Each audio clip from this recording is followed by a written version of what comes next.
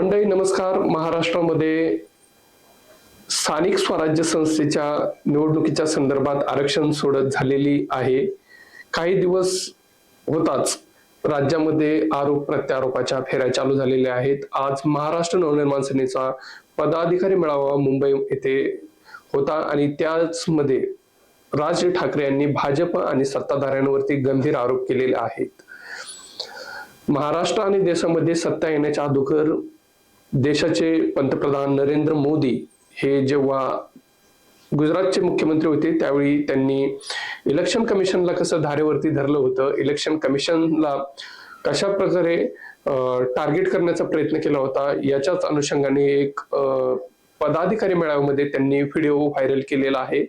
अशाच प्रकारे राज ठाकरेंचं आता लाव रे तो व्हिडिओ हा देखील पॅटर्न चालू झालेला आहे.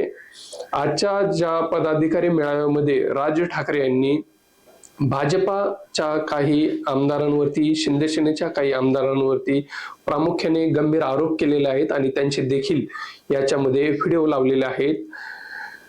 आता झालेल्या लोकसभा आणि विधानसभेवेळी भाजपा सत्ताधारी आणि शिंदे गटानं, राष्ट्रवादीच्या अजित पवार गटानं कशा पद्धतीने मतं वाढवलेले आहेत याच्यावरती देखील त्यांनी भाष्य केलेलं आहे. एकूणच महाराष्ट्रातील मतदार यादीमध्ये 92 लाख बोगस मतं असल्याचं देखील राज ठाकरेंनी स्पष्ट केलेलं आहे. याच्याच अनुषंगाने आपण आज व्हिडिओ बनवत आहोत. कशा पद्धतीने नरेंद्र मोदी यांनी गुजरातचे मुख्यमंत्री असताना इलेक्शन कमिशनला बोललं होतं की तुम्ही फक्त सत्ताधाऱ्यांचं ऐकू शकत नाही तर तुम्हाला विरोधकांचं देखील ऐकावं लागेल.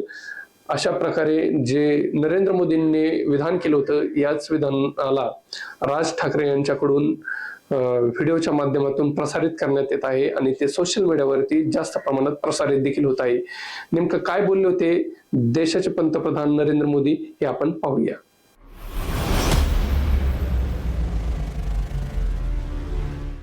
नीट ऐका. लावा.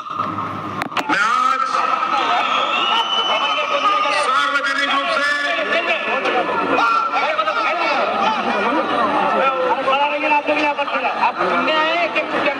मैं आज आसनसोल की सभा में सार्वजनिक रूप से भारत के इलेक्शन कमीशन को गंभीर शिकायत कर रहा हूं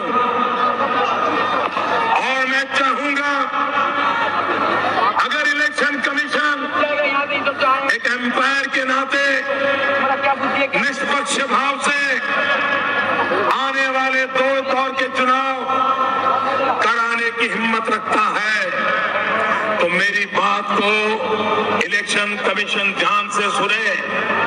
यहां भी इलेक्शन कमीशन के जो प्रतिनिधि होंगे, जो मेरा भाषण टाइप करते होंगे, उनसे भी मेरा आग्रह है कि तुरंत मेरा भाषण इलेक्शन कमीशन को पहुंचाया जाए.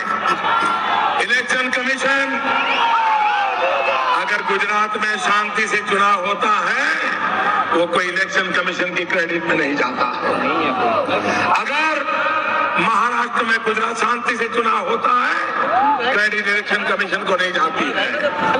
अगर शांति से चुनाव पूर्वी उत्तर प्रदेश में होते हैं, बिहार में होते हैं, बंगाल में होते हैं, कोई रिगिंग नहीं होता, कोई शिकायत नहीं होती, कोई हिंसा नहीं होती, तभी क्रेडिट इलेक्शन कमीशन को जाता है.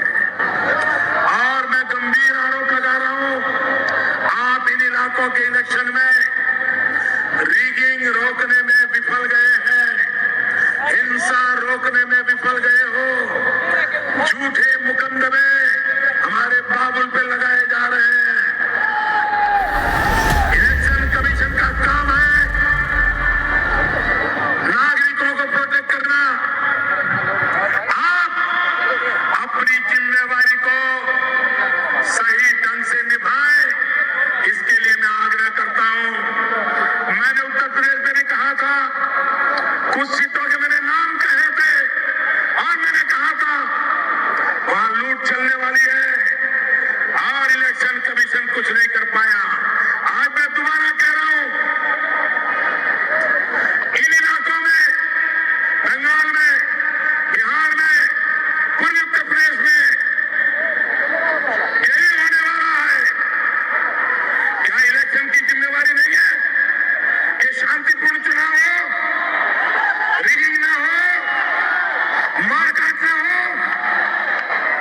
इतना सारा खर्चा हो रहा है, पूरा देश का मशीन आपके हाथ में है, प्रधानमंत्री से भी आपके पास इतने ज्यादा हक है, तो आप करते क्यों नहीं हो?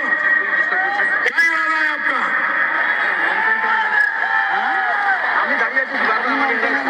और मेरी इस बात से भी इलेक्शन को बुरा लगता है कमीशन को, तो एक और केस ठोकने की आपको इजाजत है। लेकिन निष्पक्ष चुनाव कराना ये आपकी जिम्मेवारी है। इस सरकार ने आपको बिठाया, कौन आपके मालिक है उसके आधार पर इलेक्शन कमीशन काम नहीं कर सकता है।